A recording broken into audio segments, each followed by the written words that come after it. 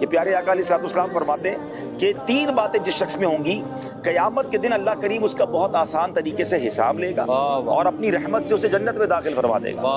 آپ مجھے بتائیں کہ اگر یہ 2 انعام ملنے والے ہوں تو وہ 3 کام آپ کر لیں گے؟ میں ناظرین آپ سے بات کر رہا ہوں، میں آپ کو کام نہیں بتا رہا، ویسے ہی بلینک سودا کر لیتے ہیں۔ تو ایک مسلمان کے لیے اس سے بڑی کیا بات ہوگی کہ حساب آسان سے ہو جائے اور جنت میں داخلہ بھی مل جائے۔ اب وہ 3 کام تھوڑے سے مشکل ضرور ہے مگر ہیبٹ میں لائیں تو کوشش کرے ہو سکتے ہیں۔ آقا فرماتے جو تم سے تعلق توڑے اس سے جوڑو، جو ظلم کرے اسے معاف کر دو، جو محروم کرے اسے عطا کرو۔ یہ 3 عادتیں پلیز اپنے اندر اپنا لیجئے۔ ہے تھوڑا ٹائم لگے گا عادت بنانے میں کہ یار اس نے مجھے نہیں دیا میں کیوں دوں، اس نے ذرا ظلم کیا تو میں کیوں اس کو معاف کر دوں۔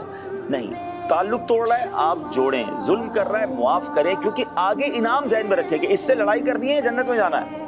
اگر اس کو معاف کر کے میں جنت میں جا سکتا ہوں، اس سے دوستی کر کے میں جنت میں جا سکتا ہوں، میرا حساب آسانی سے ہو جائے، سودا مہنگا نہیں ہے محسن بھائی۔ بے شک۔ اور ایک بڑی کمال کی حدیث ہے جو میں سمجھتا ہوں ڈرانے کے لیے کافی ہے، اور یہی میں انشاءاللہ آخر میں بات کروں گا کہ حدیث پاک کا مضمون ہے کہ جو معاف نہیں کرتا اس کو معاف نہیں کیا جائے گا، جو رحم نہیں کرتا اس پر رحم نہیں کیا جائے گا۔ جس دن یہ دماغ میں بات بیٹھ گئی نا کہ آج میں بدلہ لینا چاہتا ہوں، اگر مجھ سے میرے جرموں کا حساب مانگ لیا گا میں کدھر جاؤں؟ میں آج کسی ایک غلطی کو معاف کرنے کے لیے تیار نہیں ہوں۔ لوگ ملازمین کو، اپنے غریب مسلمانوں کو، اپنے رشتہ داروں کو، ایون اپنی زوجہ کو رگڑ دیتے ہیں نا، کہتے ہیں یہ کیا کر سکتی ہے، یہ ملازم کیا کر لے گا۔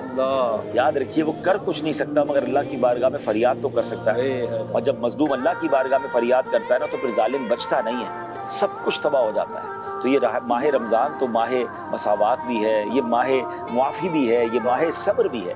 تو معاف کیجئے، صبر کیجئے، محبت تقسیم کیجئے اور معافی مانگنے والے بھی بن جائیے۔ ہم بعض اوقات یہ تو سوچ رہے کہ میں نے فلاں کو معاف کر دیا، جو میں نے ستایا وہ معافی مانگی کہ نہیں؟ تو دونوں طرف کا کام کیجئے، معاف کیجئے بھی اور معافی مانگیے بھی، یہ بھی اللہ کو بڑا پسند ہے۔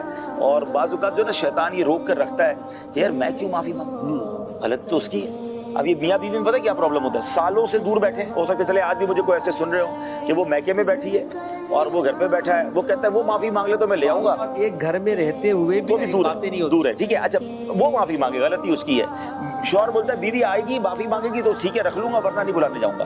اچھا دونوں کو ایک دوسرے کی یاد بھی آ رہی ہے، مگر وہ جو بیچ پہ انا ہے نا کہ وہ معافی مانگے، تو بھائی کوئی دونوں میں سے پہلے پہل کر کے نیکی کما لو۔